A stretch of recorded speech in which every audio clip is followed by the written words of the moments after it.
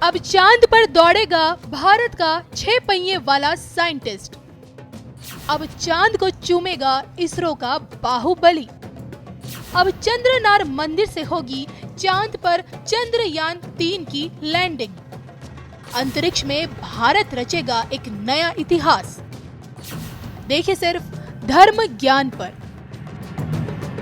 कोई भी नया कार्य हो या फिर एक नई शुरुआत, ईश्वर का स्मरण सबसे पहले किया जाता है। यही सनातन संस्कृति की सबसे बड़ी खूबसूरती है, जो आज उस वक्त देखने को मिली जब चंद्रयान 3 की लॉन्चिंग से पहले इसरो के वैज्ञानिक तिरुपति बालाजी के दरबार में दिखे। जी हाँ, चंद्रयान मिशन की उल्टी गिनती अब शुरू हो चुकी है। एक बार फिर इसरो का बाहुबली चांद को चूमने के लिए तैयार है। चंद्रयान मिशन 3 के तहत इसरो का बाहुबली रॉकेट LVM-3 14 जुलाई को रवाना होगा और एक बार फिर इसरो से उम्मीदें लगी हुई हैं। एक बार फिर भारत इतिहास की एक नई पटकथा लिखने को तैयार है। इस वक्त समूचा देश इस मिशन की सफलता के लिए दुआएं मांग रहा है, क्योंकि पिछली बार चंद्रमा की सतह पर चंद्रयान लैंड नहीं कर पाया था। लेकिन इस बार कहीं कोई कमी न छूटे, कहीं कोई अपशकुन न हो, कहीं कोई तकनीकी खराबी न आए। इसी को लेकर पूजा अर्चना का दौर भी शुरू हो चुका है।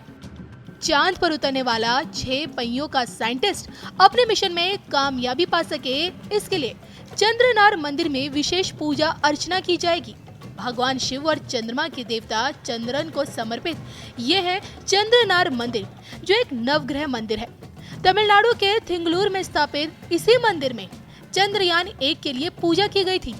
इसी मंदिर में साल 2008 में रॉकेट के उड़ान भरने से पहले चंद्रयान 1 की सफलता के लिए पूजा अर्चना हुई थी, और जिसके बाद चांद पर पहुंचने का भारत का पहला अभियान सफल हो पाया था। लेकिन दूसरी बारी में जब इसरो की तरफ से चंद्रयान 2 को लॉन्च किया गया, उस वक्त मिशन को लेकर विशेष पूजा अर्चना नहीं की गई, और जिस कारण तकनीकी खराबी के चलते पूरा का पूरा मिशन फेल हो गया। इसी के चलते लोगों का ये मानना था कि ये खराबी चंद्रदेव की पूजा न करने के चलते हुई है। हालांकि स्थानीय लोगों की इस मंदिर से अटूट आस्था है। रोजाना 500 से भी ज्यादा भक्तों की भीड़ यहाँ जुटती है, तो वहीं सोमवार के दिन तो भक्तों की संख्या 5000 तक पहुँच जाती है। ऐसी मान्यता है कि नवग्रह के इसी दिव्य धाम से राह में आने वाली हर अड़चन दूर होती है। इस बार अगर इसरो चंद्रयान 3 को सफलतापूर्वक चांद की सतह पर उतारने में कामयाब रहा, तो अमेरिका, रूस और चीन के बाद भारत चांद की सतह पर लैंड करने वाला चौथा देश बन जाएगा। चांद पर लैंड करने वाले भारत के 6 पहिए वाले साइंटिस्ट को लेकर वैज्ञानिकों का ये कहना है, चंद्रयान 3 का फोकस चंद्रमा की सतह पर सुरक्षित लैंड करने पर है। मिशन की सफलता के लिए नए उपकरण बनाए गए, एल्गोरिथम को बेहतर किया गया है। जिन वजह से चंद्रयान 2 मिशन चंद्रमा की सतह नहीं उतर पाया था, उस पर फोकस किया गया है।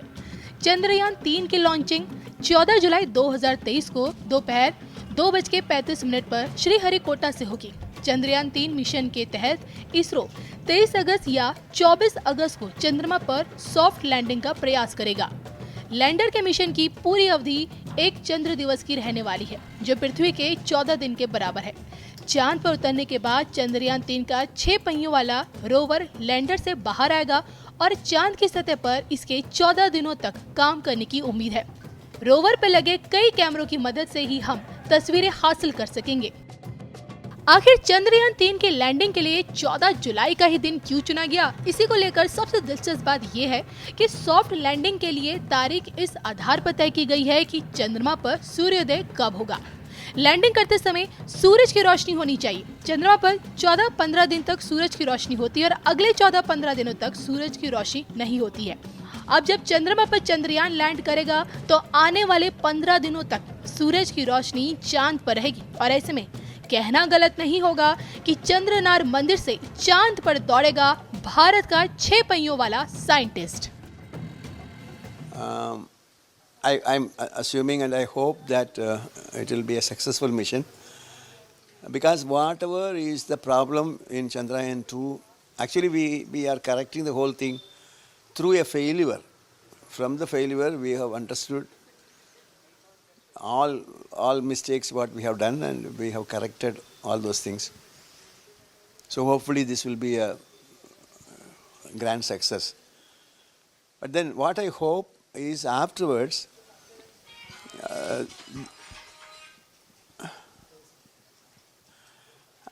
this could make some kind of an inspiration to the entire country. I am happy to note that the entire country is now anxiously waiting for this launch. That is something interesting. Very, very, I am very happy about it. Now, Government of India now has announced its policy on the space, by which external companies or private companies can participate in the developmental activities, which would mean there will be larger potential for employment, as well as some innovative ideas can get a good shape. I hope that this will come through, and so in that sense I am saying that it will be a game changer. Let us hope for the best and wait for the launch. Okay, third mission to moon. Okay. Please.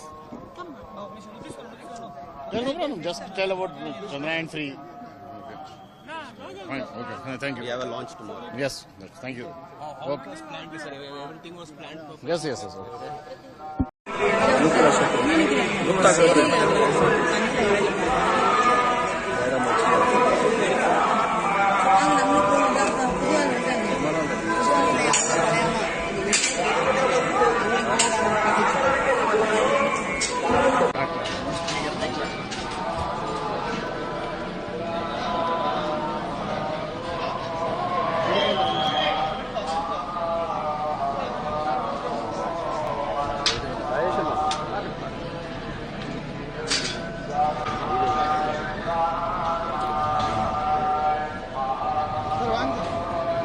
Dot தப்புன்னு சொல்கிறேன் dot ஆஃபீஸில் சொல்லட்டும்.